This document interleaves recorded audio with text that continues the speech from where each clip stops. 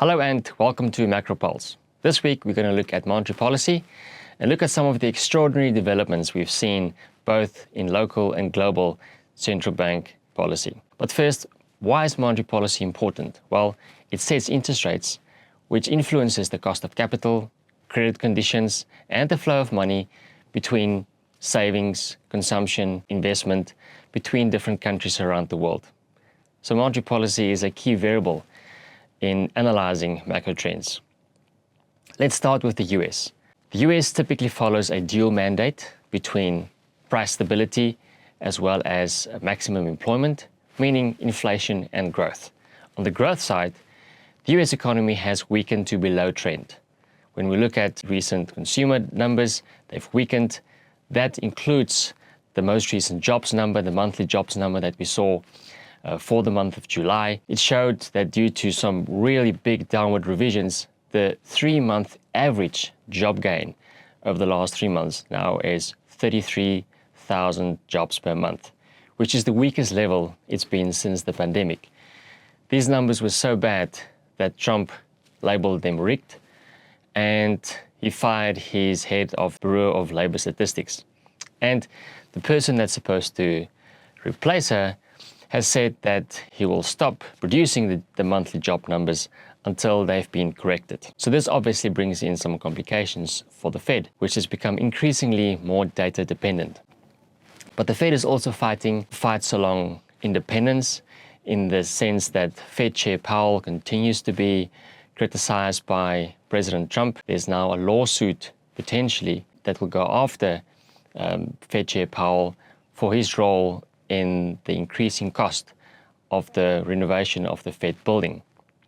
Scott Bessent, the Treasury Secretary, has also called Powell to reduce rates by 50 basis points at the next meeting. During the last FOMC meeting, Chair Powell indicated that the reason for not cutting interest rates is because of the uncertainty that has come along with the trade tariffs, and so putting the blame to some extent on the Trump administration. If we look at the inflation numbers, they are around 3%, and when you look at the most recent print, it does look like core goods inflation continued to rise as the import prices continue to increase from these increased tariffs. However, the pass-through has been fairly slow and fairly weak, and so some of the Fed members are willing to look through these increases and are starting to talk about rate cuts. The market now prices in a 25 basis points rate cut at the next meeting in September. But if we indeed see a little bit more weakening in the US data, we could see the market starting to call for 50 basis points at the next meeting and in September. However, what we have learned from central bank history is that central banks, and particularly the Fed, typically waits too long before they start cutting interest rates and then ending up having to cut faster and deeper than initially anticipated. One central bank that has been proactive has been the ECB. They've cut rates now to 2%.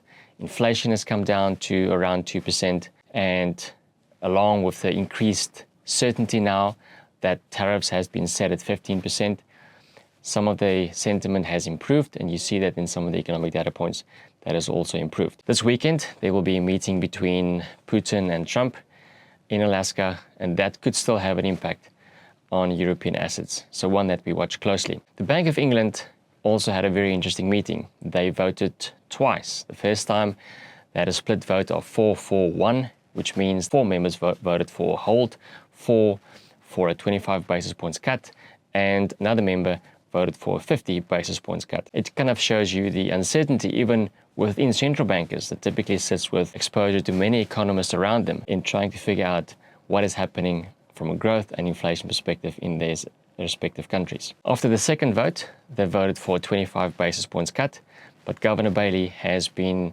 quite hawkish in indicating that they can't be premature in cutting interest rates and that there's still a lot of uncertainty around the inflation outlook. Locally in South Africa, we also received a 25 basis points cut. The market expected the 25 basis points cut, so that was less of a surprise. What was a surprise, however, was the announcement by the governor that the SARB will in the future conduct monetary policy in a way that targets the lower end of the inflation band sitting between 3 and 6%, and so they will target 3%. Now, this is not an official announcement of the change in the inflation target.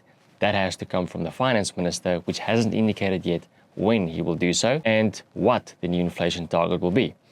They are still looking at achieving political consensus. At this stage, implicitly, the SARB is targeting 3% as an inflation target, which does bring in some complications in that monetary policy and fiscal policy is not aligned in terms of the inflation outlook. Fiscal policy, think about setting wages, for instance, and making adjustment for wage growth, is now still looking at a 4.5%, while monetary policy is looking at 3%. This is unsustainable for a prolonged period, and so we expect the finance minister to come in the next few months to also adjust the inflation target officially to the lower end. We think with inflation still low, but slightly rising, there is still scope for the SARB to cut interest rates, maybe once more in this cycle before it starts with a pause to see if inflation expectations and inflation indeed comes down as they would want. Finally, in China, the Central Bank of China, the PBOC, is also still set to lower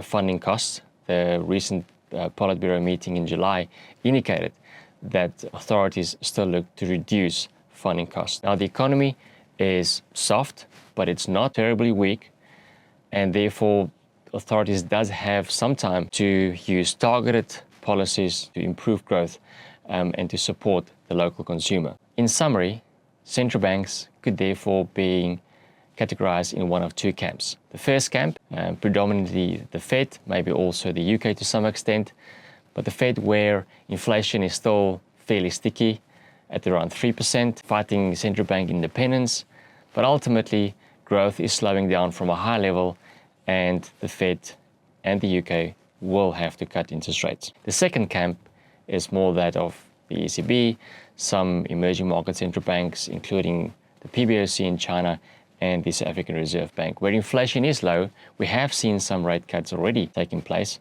but there's potentially more scope for easing to support growth from a low level. And we believe, and we want to favor, more cyclical exposure in those countries whose central banks sits in camp 2.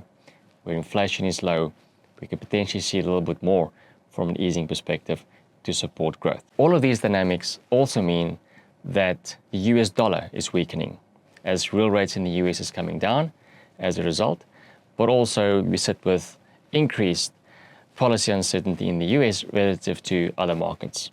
This has been favorable for emerging market currencies, including the South African rand, which is one of the best performing currencies over the last month, and over the last year, along with many emerging market currencies, has appreciated by between 5 and 15%, which has also driven down inflation dynamics. This improvement in the rand is largely being driven by an improvement in our terms of trade. The prices of goods that we export, predominantly commodities, 50% of our exports is commodities, they are rising in price, while the prices of the goods that we import, in particular energy, 20% of our imports is energy, they are falling in price, or the prices remains fairly low, and that positive terms of trade leads to an improvement in the rand. This improvement in the rand also has got implications for South African assets. In particular, South African equities has been a defensive play relative to global markets. Over the last 1 year, 2 year, and 5 years, South African equities has outperformed US and global equities in rand terms. That's all for this week. Thank you for watching.